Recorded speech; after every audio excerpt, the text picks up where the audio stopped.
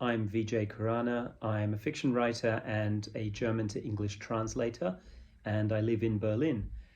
And my novel, which is just coming out in the Netherlands and Belgium, is De Bijrijder.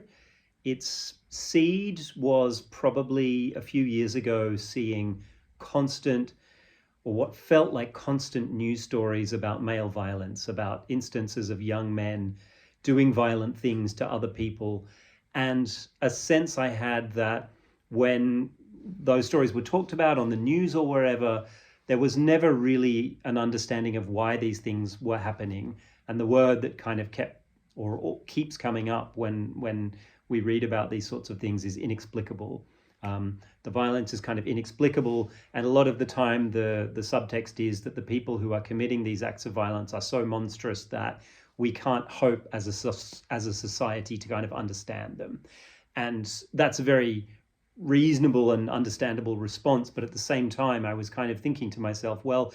if we call something inexplicable, then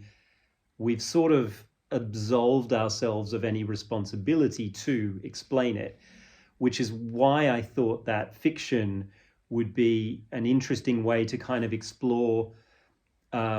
ideas of male violence and the connection between friendship and male violence, which is one of the kind of key themes in the novel, I suppose. So I set out to write a book that asked some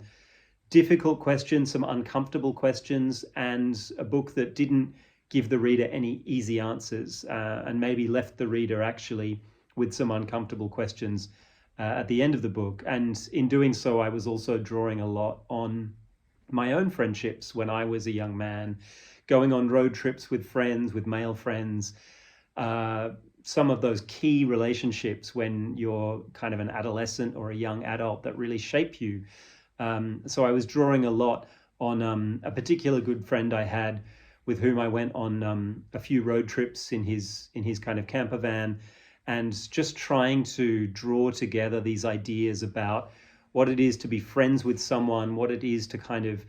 be a male in a certain kind of environment, a certain relationship, and what connection that might have to